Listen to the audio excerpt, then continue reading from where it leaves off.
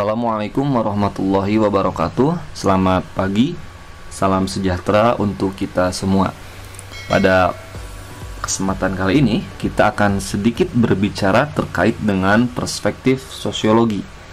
Nah, perspektif sosiologi dapat diartikan sebagai sudut-sudut pandang dalam sosiologi yang merujuk pada pemikiran para pendiri sosiologi.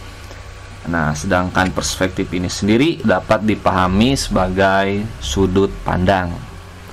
Nah, dengan demikian, perspektif sosiologi itu berarti sudut pandang dalam sosiologi yang kerap digunakan untuk mengamati maupun menganalisis realitas sosial. Nah, terdapat nih 3 perspektif utama sebenarnya dalam sosiologi yang kerap digunakan dalam menganalisis fenomena sosial. Yang pertama ada perspektif struktur fungsional. Yang pertama struktur fungsional. Yang kedua perspektif konflik. Yang ketiga perspektif interaksionisme simbolik. Nah, sebenarnya pada perkembangannya ada juga satu perspektif yang disebut dengan perspektif kritis. Nanti ke depan akan sedikit kita bahas. Oke. Yang pertama perspektif struktur fungsional. Asumsi dasar dari perspektif ini yaitu pada keteraturan di dalam masyarakat. Nah, selain itu, masyarakat bersifat statis dalam sudut pandang struktur fungsional. Yang selanjutnya, setiap elemen di dalam masyarakat itu berperan menjaga stabilitas. Nah, itu hal-hal yang memang ada dalam perspektif ini. Yang pertama, asumsi dasarnya itu pada keteraturan masyarakat. Yang kedua, masyarakat itu bersifat statis. Yang ketiga, setiap elemen di dalam masyarakat berperan menjaga stabilitas.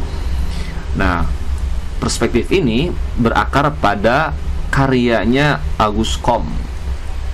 Yang pertama, yang kedua, Emile Durkheim dan juga Spencer.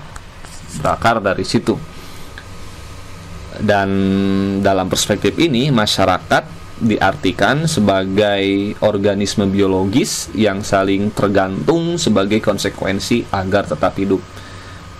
Ya kurang lebih ini merupakan pernyataan dari Herbert Spencer bahwa menyebutkan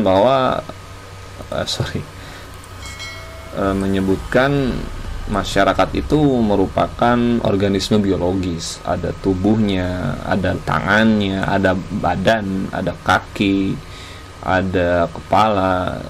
Setiap setiap bagian itu merupakan satu kesatuan yang tidak terpisahkan. Nah, perspektif selanjutnya yaitu konflik. Nah, ini merupakan perspektif yang muncul dari gagasan Karl Marx yang memang menolak pandangan bahwa masyarakat cenderung pada konsensus dasar.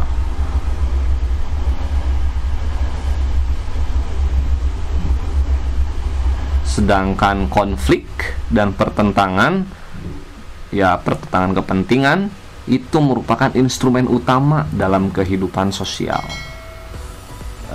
Memang Karl Marx ini menolak pandangan yang masyarakat itu cenderung pada suatu konsensus yang mendasar, seperti perspektif struktur fungsional, adanya keteraturan, stabilitas dan lain-lain, bahwa sebenarnya di dalam masyarakat itu ataupun dalam kehidupan sosial itu instrumen utamanya ya konflik dan pertentangan kepentingan, dan tentu tokoh yang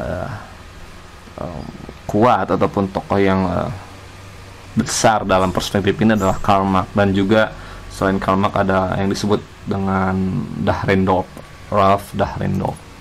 Perspektif selanjutnya yaitu interaksionisme simbolik. Karena perspektif ini melihat bahwa realitas sosial itu muncul melalui interaksi. Selain itu, erat kaitannya dengan kemampuan menciptakan simbol.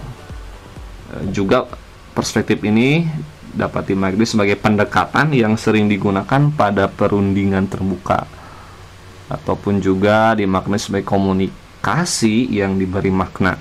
Dan beberapa tokoh di perspektif ini yaitu seperti Herbert Mead, Homans, dan lain-lain. Nah, yang perspektif keempat, katakan seperti itu, ada yang disebut dengan perspektif kritis. Bisa dibilang perspektif kritis ini seperti diartikan sebagai mazhab Frankfurt dan lain-lain. Dan beberapa tokoh yang sebenarnya sosiolog yang masih hidup sekarang, yaitu Habermas. Habermas merupakan satu tokoh ataupun sosiolog di bidang kritis ini. Oke, terima kasih atas atensinya. Tetap semangat, selamat belajar.